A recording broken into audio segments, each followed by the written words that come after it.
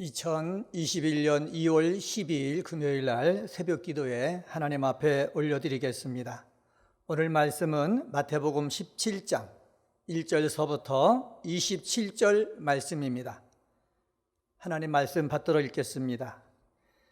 엿새 후에 예수께서 베드로와 야고보와 그 형제 요한을 데리시고 따로 높은 산에 올라가셨더니 그들 앞에서 변형되사 그 얼굴이 해같이 빛나며 옷이 빛과 같이 휘어졌더라. 그때 모세와 엘리야가 예수와 더불어 말하는 것이 그들에게 보이거늘 베드로가 예수께 여쭈어 이르되 주여, 우리가 여기 있는 것이 좋사오니 만일 주께서 원하시면 내가 여기서 초막셋을 짓되 하나는 주님을 위하여, 하나는 모세를 위하여, 하나는 엘리야를 위하여 하리이다. 말할 때에 호련히 빛난 구름이 그들을 덮으며 구름 속에서 소리가 나서 이르시되 이는 내 사랑하는 아들이요 내 기뻐하는 자니 너희는 그의 말을 들으라 하시는지라. 제자들이 듣고 엎드려 심히 두려워하니 예수께서 나와 그들에게 손을 대시며 이르시되 일어나라, 두려워하지 말라 하시니 제자들이 눈을 들고 보매 오직 예수 외에는 아무도 보이지 아니하더라. 그들이 산에서 내려올 때에 예수께서 명하여 이르시되 인자가 죽은 자 가운데서 살아나기 전에는 본 것을 아무에게도 이르지 말라 하시니 제자들이 물어 이르되 그러면 어찌하여 서기관들이 엘리야가 먼저 와야 하리라 하나이까? 예수께서 대답하여 이르시되 엘리야가 과연 먼저 와서 모든 일을 회복하리라. 내가 너희에게 말하노니 엘리야가 이미 왔으되 사람들이 알지 못하고 임의로 대우하였도다. 인자도 이와 같이 그들에게 고난을 받으리라 하시니 그제서야 제자들이 예수께서 말씀하신 것이 세례 요한인 줄을 깨달으니라. 그들이 무리에게 이르매 한 사람이 예수께 와서 꿇어 엎드려 이르되 주여, 내 아들을 불쌍히 여기소서. 그가 간질로 심히 고생하여 자주 불에도 넘어지며 물에도 넘어지는지라. 내가 주의 제자들에게 데리고 왔으나 능히 고치지 못하더이다. 예수께서 대답하여 이르시되 믿음이 없고 패역한 세대여, 내가 얼마나 너희와 함께 있으며 얼마나 너희에게 참으리요. 그를 이리로 데려오라 하시니라. 이에 예수께서 꾸짖으시니 귀신이 나가고 아이가 그때부터 나으니라. 이때에 제자들이 조용히 예수께 나와 이르되 우리는 어찌하여 쫓아내지 못하였나이까? 이르시되 너희 믿음이 작은 까닭이니라. 진실로 너희에게 이르노니 만일 너희에게 믿음이 겨자씨 한 알만큼만 있어도 이 산을 명하여 여기서 저기로 옮겨지라 하면 옮겨질 것이요 또 너희가 못할 것이 없으리라.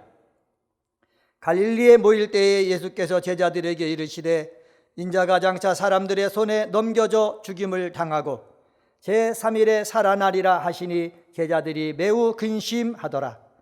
가버나움에 이르니 반세계를 받은 자들이 베드로에게 나와 이르되 너희 선생은 반세계를 내지 아니하느냐?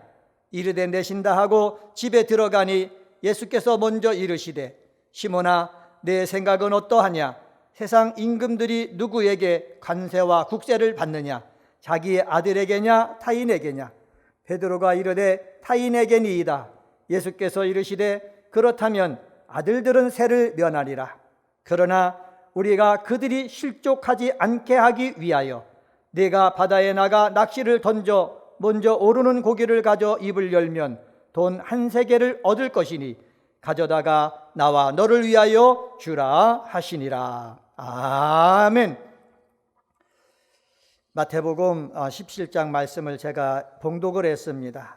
17장 말씀 가운데 20절 말씀 보시면은 하반절에 이런 말씀이 있습니다.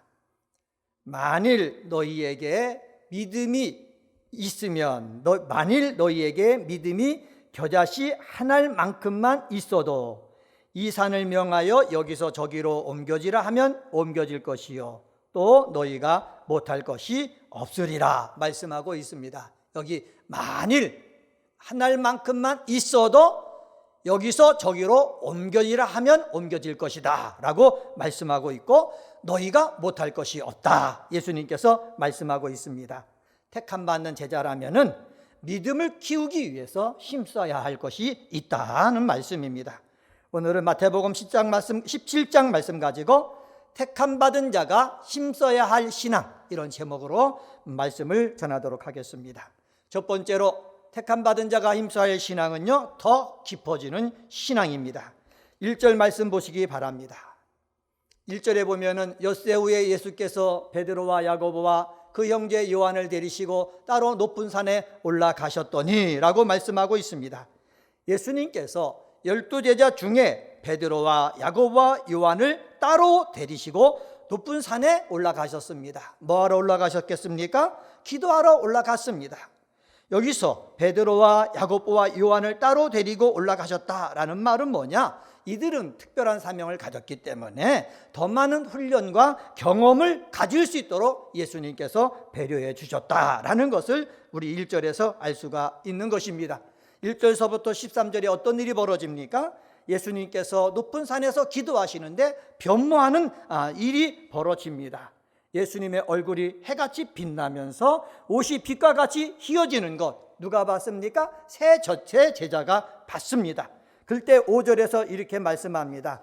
말할 때에 호련히 빛난 구름이 그들을 덮으며 구름 속에서 소리가 나서 이르되 이는 내 사랑하는 아들이여 내 기뻐하는 자니 너희는 그의 말을 들으라 하는지라.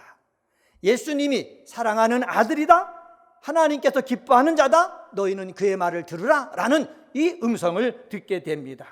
이 음성을 들은 후에 이 세 제자는요, 믿음이 더욱더 굳세졌습니다. 믿음이 더욱더 확실해졌습니다. 사랑하는 성도 여러분, 우리도 더 깊은 신앙을 가지려면은 성경을 읽으면서 하나님의 음성을 들어야 되는 거예요.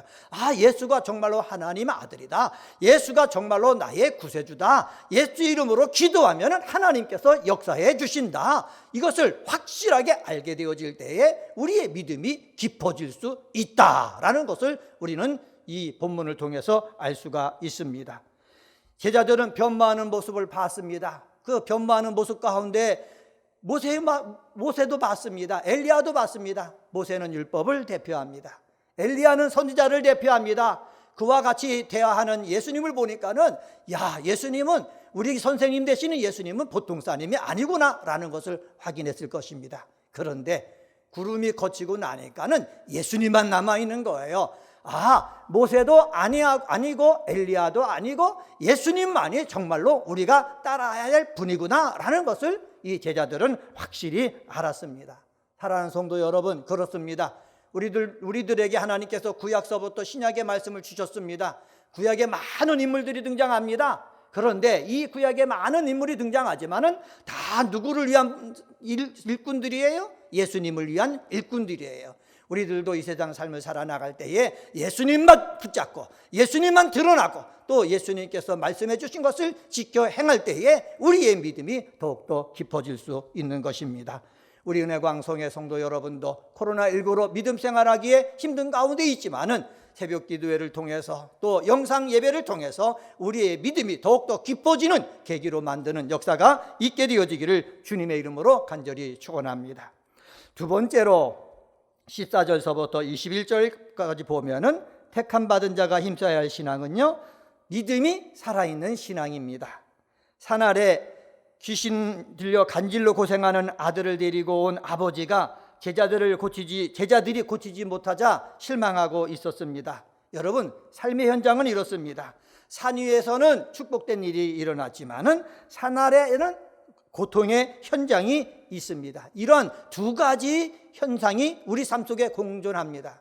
우리가 예배드리러 오잖아요. 찬양 드립니다. 말씀을 듣습니다. 기도합니다. 얼마나 감사가 기쁨, 즐거움이 넘쳐납니까? 그런데 집으로 돌아갑니다. 집으로 돌아가면은 현실 속에 필요한 일들이 그대로 있는 거예요. 이 두 가지가 공존하는 것이 이 우리가 살고 있는 이 세상입니다.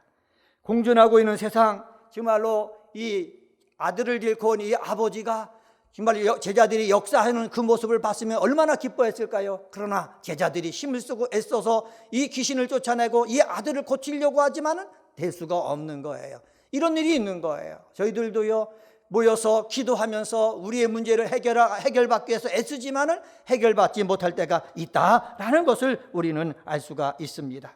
그런데 예수님이 산 위에서 내려와 가지고 이 아버지 앞에 나타나셔가지고 아이를 데려오라 라고 하시고 적극적으로 귀신을 꾸짖어 쫓아내 주셨습니다.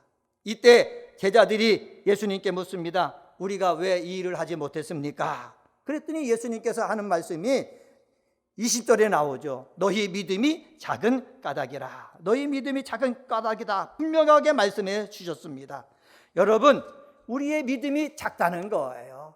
하나님께서 우리에게 예수를 믿음으로 말미암아 복음을 증거할 때에 귀신을 쫓아내고 병든 자를 고칠 수 있고 천국 복음을 증거할 수 있는 권능을 덧입혀 주셨거든요. 그런데 이 믿음이 계속해서 유지하면 되는데 이 믿음이 작아질 때가 있다는 거예요. 적어질 때가 있다는 거예요. 우리 이런 것들을 우리는 인정을 해야 되는 것입니다. 그러면서 말씀하십니다. 너희 믿음이 작은데 겨자씨 하나만큼만 믿음이 있다면은 이 일을 너희들은 능히 할 수 있을 것이다 라고 말씀하셨습니다. 겨자씨를 한 알이라고 왜 말씀하십니까? 겨자씨 한 알에 생명력이 있기 때문에 그렇습니다. 겨자씨 한 알이 작지만은 그 속에 생명력이 있기 때문에 생명력이 있는 믿음, 살아있는 믿음을 갖고 있으면은 하지 못할 일이 없다는 거예요. 우리는 이것을 위해서 기도해야 됩니다. 하나님 아버지, 오늘 하루 내가 삶을 살아나갈 때에 내 믿음이 작지만은 내 믿음에 생명력이 있기를 원합니다. 새벽 기도를 통해서 생명력이 있어지고 말씀을 읽으면서 생명력이 있어지고 말씀을 들으면서 생명력이 있어져서 정말로 세상에 어떤 문제가 우리 앞에 놓여든지 다 물리칠 수 있는, 이겨낼 수 있는 자 되게 하여 주시옵소서. 우리가 기도해야 되는 거예요. 나의 후손들이 믿음의 생명력이 있게 하옵소서. 믿음이 살아있는 자 되게 하여 주시옵소서. 우리가 기도하면은 코로나19로 우리 예배당에서 모여서 함께 예배드리는 못하지만은 그 믿음 능히 지킬 수 있는 줄 믿습니다. 세 번째로 택함 받는 자가 힘써야 할 신앙이 있습니다. 그 신앙은 뭐냐?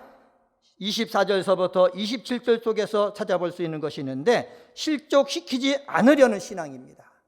우리가 예수를 믿잖아요. 저도 예수를 믿어서 목사가 됐는데 목사가 늘 조심해야 될 것이 있어요. 그것은 바로 뭐냐? 예수를 믿으려는 사람, 예수님을 잘 믿고 있는 사람을 실족해서 떠나게 하는 거, 그렇게 하지 않으려고 우리는 애써야 된다는 거예요.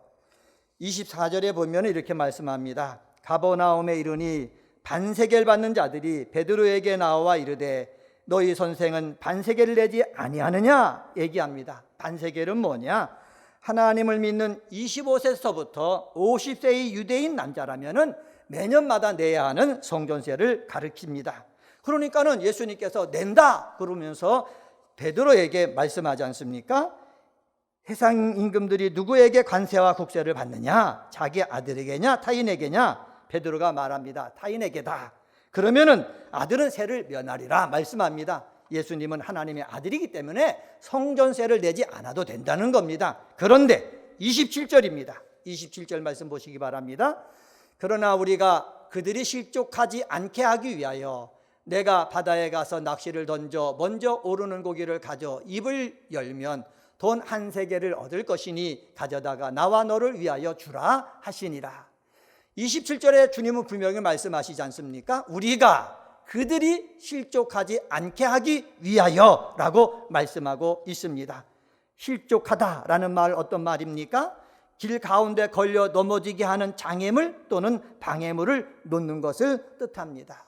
예수 믿는 사람이 사람들 앞에 사람들이 가는 길에 장애물이나 방해물을 놓아가지고 그들로 넘어지게 해서는 안 된다라는 뜻입니다. 예수 믿는 사람이 돈 한 세겔 아끼려다가 사람을 잃어버려서는 안 된다는 거예요. 이것은 제자들이 어떤 삶을 살아야 될 것인지 가르쳐 주는 거예요. 목사인 저에게도 또 오늘 새벽에 함께 기도하는 우리 사랑하는 성도들에게도 이 말씀 마음 깊이 새겨가지고 한 세겔 아끼려다가 사람 잃는 것이 아니라 한 세겔 하나님 앞에 드려도 그 사람 실족치 하지 아니하고 그 사람이 하나님 앞에 바른 믿음의 생활할 수 있도록 도와줄 수 있는 은혜광성의 식구들 되어지기를 주님의 이름으로 간절히 축원합니다. 오늘은 마태복음 17장 1절서부터 27절 말씀 가지고 택함 받는 자가 힘써야 할 신앙, 이런 제목으로 말씀을 드렸습니다. 더 깊어지는 신앙, 믿음이 살아있는 신앙, 실족시키지 않으려는 신앙 다 가질 수 있는 우리 은혜광성의 식구들 되어지기를 주님의 이름으로 간절히 축원합니다. 기도하시겠습니다.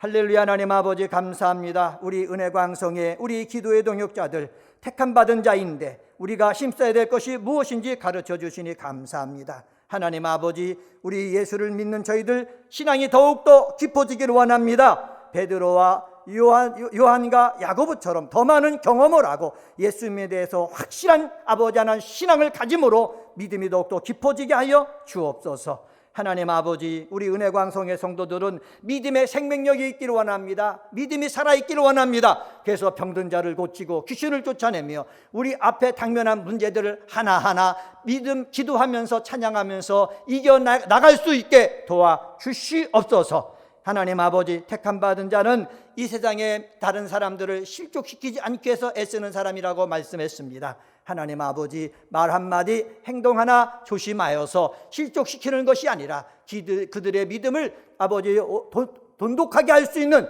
우리 하나님의 사람들 되도록 인도하여 주시옵소서.